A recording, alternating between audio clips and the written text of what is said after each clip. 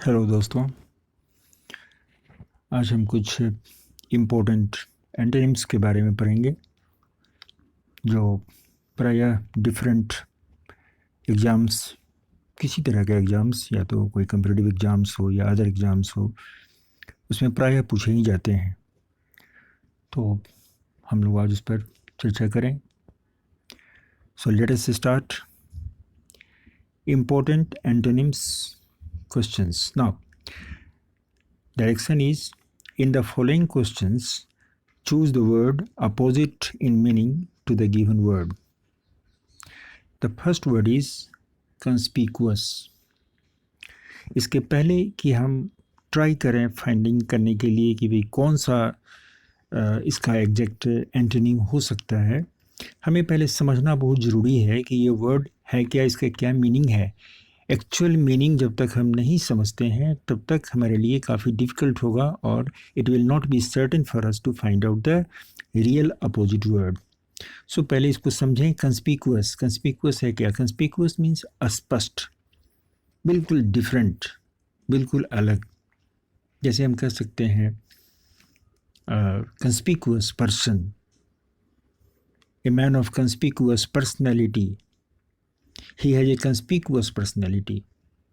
तो conspicuous means बिल्कुल स्पष्ट, जो अलग से ही दिख जाए। अब चलिए इसका देखते हैं options. Obvious, obscure, blatant, definite. Obvious means स्पष्ट, ऑब्सक्योर मीन्स नॉट स्पष्ट, जो क्लियर नहीं है, ब्लेटेंट मीन्स स्पष्ट है, और डिफिनिट इसका मीनिंग भी स्पष्ट ही होगा, क्लियर। अब ऑब्वियस मीन्स स्पष्ट, तो ऐसा लगता है कि कंस्पिकुअस जो है उसका मीनिंग ऑब्वियस, अपोजिट उसका ऑब्वियस नहीं हो सकता है। ऑब्सक्योर मीन्स नॉट क्लियर, अस्पष्ट। ब्लेटेंट मीन्स भी स्पष्ट, डिफिनिट मीन्स भी स्पष्ट। तो obscure should be the right choice. So let us choose obscure. Next is deficit. Deficit means कमी, घाटा या नुकसान या शॉर्टेज। हम कहते हैं कि बिजनेस में काफ़ी डेफिसिट हो गया है, या यहाँ गोदाम में इसकी डेफिसिट है, इसकी कमी है, शॉर्टेज है। तो इसका देखते हैं क्या इसमें है। अपोजिट, सरप्लस मीन्स पर्याप्त, सुपरफ्लुअस, सुपरफ्लुअस मीन्स भी पर्याप्त ही है। एक्सप्लिसिट मीन्स स्पष्ट, इम्प्लिसिट मीन्स अस्पष्ट। तो डेफिसिट अगर कमी है तो इसका अपोजिट क्या होना चाहिए? जहाँ पर्याप्त हो, काफ़ी हो, तो ऐसे में ये surplus will be the right choice. So this is the correct answer.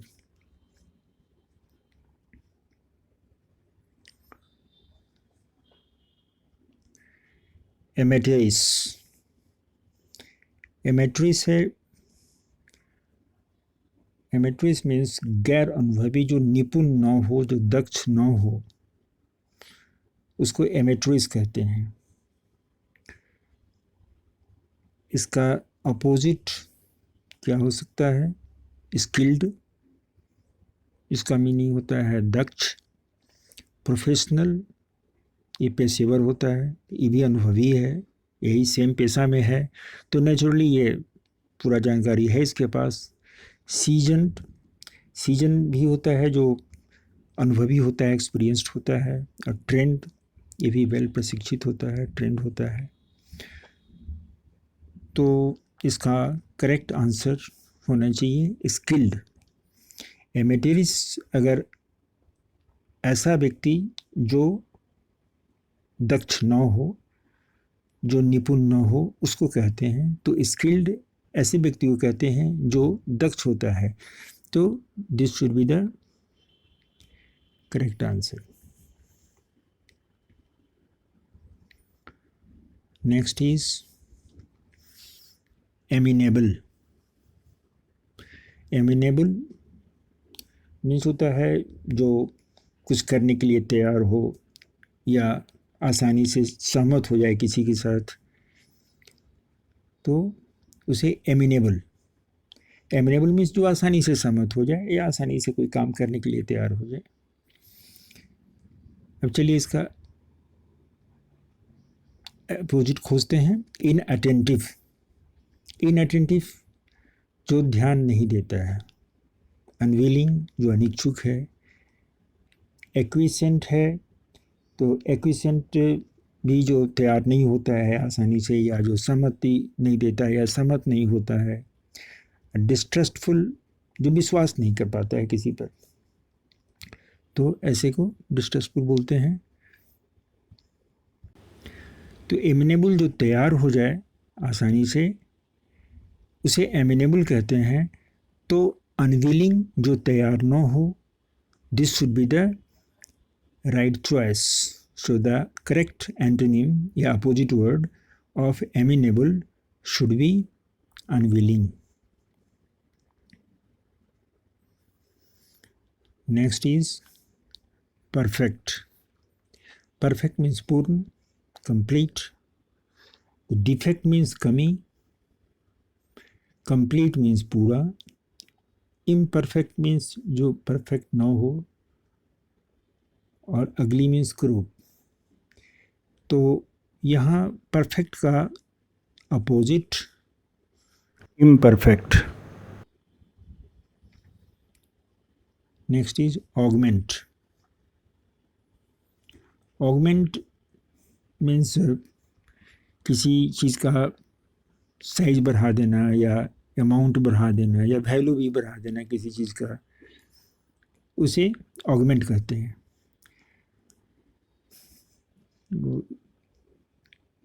Supplement first option है सप्लीमेंट. सेकेंड ऑप्शन है डिक्रीज. थर्ड ऑप्शन है इंक्रीज. फोर्थ ऑप्शन है डिफेंड. सप्लीमेंट मीन्स होता है पूरक.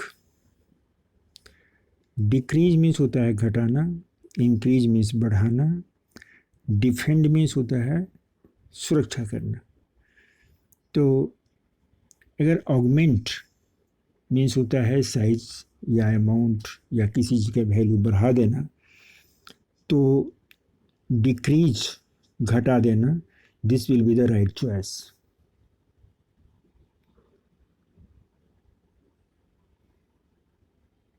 Next is antiquated.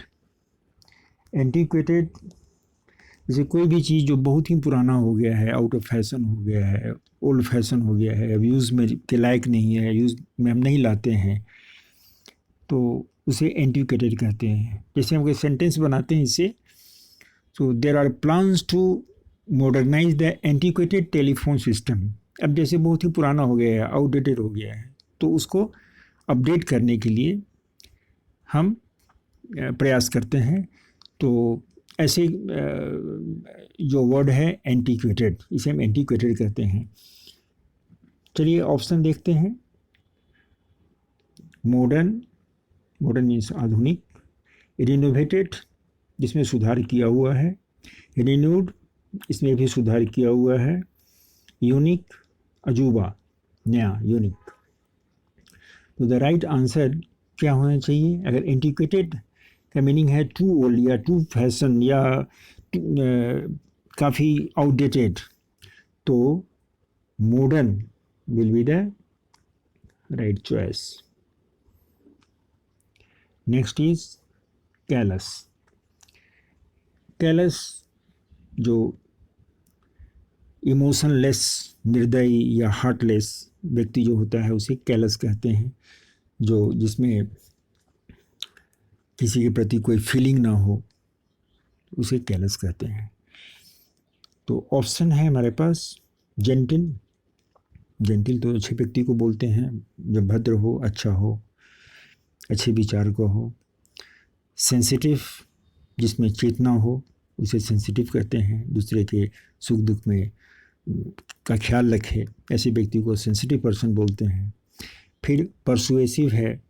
परसुएसिव में होता है कि जो लोगों को मोटिवेट कर दे, आसानी से अपनी बातों के साथ सहमत करा ले, तो ऐसे को परसुएसिव कहते हैं। अब जैसे परसुएसिव से हम एक सेंटेंस बना सकते हैं, he can be very persuasive, means उसके पास ये क्वालिटी है, ये मेरिट है कि वह अगले व्यक्ति को आसानी से अपने बातों के साथ सहमत करा ले, तो वो परसुएसिव हो गया। फिर नेक्स्ट है केयरिंग, जो दूसरे का ख्याल रखता हो या अपना भी ख्याल रखता हो, किसी का ख्याल रखने वाला। तो कैलस मीन्स वह निर्दयी या हार्टलेस। तो सेंसिटिव व्यक्ति वो होता है जो दूसरे का ख्याल रखता है, दूसरे के सुख दुख को महसूस करता है। तो this should be the right choice. Next is garrulous. Garrulous हम जानते हैं बातूनी, जो बहुत बात करता है, वेरी टॉकेटिव, जो ज़्यादा बात करता है उसे गैरुलस कहते हैं। तो ऑप्शन है ग्रूसम। अब ऐसा व्यक्ति जो किसी घटना का या दुर्घटना का दुखद तरीके से वर्णन करता हो, या वर्णन करने का जो प्रक्रिया है उसे ग्रूसम कहते हैं। क्रिएटिव हो गया जो रचनात्मक है, हाईली इमेजिनेटिव है, जो न्यू आइडियाज़ खोज करता है, जैसे creative painter, creative writer.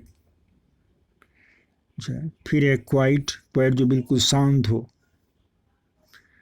And exaggerated होता है, एग्जेजरेशन जो काफ़ी बढ़ा चढ़ा करके बोलना, तो उसे एग्जेजरेटेड बोलते हैं। नाउ अब इसमें देखना है कि राइट चॉइस क्या है। तो गैरुलस जो one who talks very much, बहुत बातूनी, बहुत बात करने वाला, तो इसका राइट आंसर क्या होगा? क्वाइट जो बिल्कुल चुप रहता है, बहुत कम बोलने वाला। ये इवोल्व मीन्स होता है विकसित करना, डेवलप कराना या करना। अब इससे अगर हम सेंटेंस बनाते हैं कि these plants evolved undisturbed by animals. अब कोई प्लांट्स है, उसको अच्छी तरह से वेल कवर्ड करके साइड से उसको हम रखते हैं, तो बाकी जो जानवर हैं, जो स्ट्रे डॉग्स हैं या बाकी जो भी जानवर हों, वो उसे डिस्टर्ब नहीं कर पाते हैं। तो दैट वे उसका कहीं कोई डिस्टर्बेंस नहीं हो पाता है, तो वो इवॉल्व करता है, आसानी से नेचुरली इवॉल्व करता है। चलिए, इवॉल्व का अपोजिट क्या होगा, एंटोनिम क्या होगा, देखते हैं। सस्पेंड मीन्स होता है खारिज कर देना। स्टॉप मीन्स रोक देना। विड्रॉ मीन्स वापस ले लेना। अब विथहोल्ड मीन्स भी रोकना होता है। तो इवॉल्व मीन्स डेवलप करना होता है। तो I think stop will be the correct choice, यही इसका अपोजिट होगा।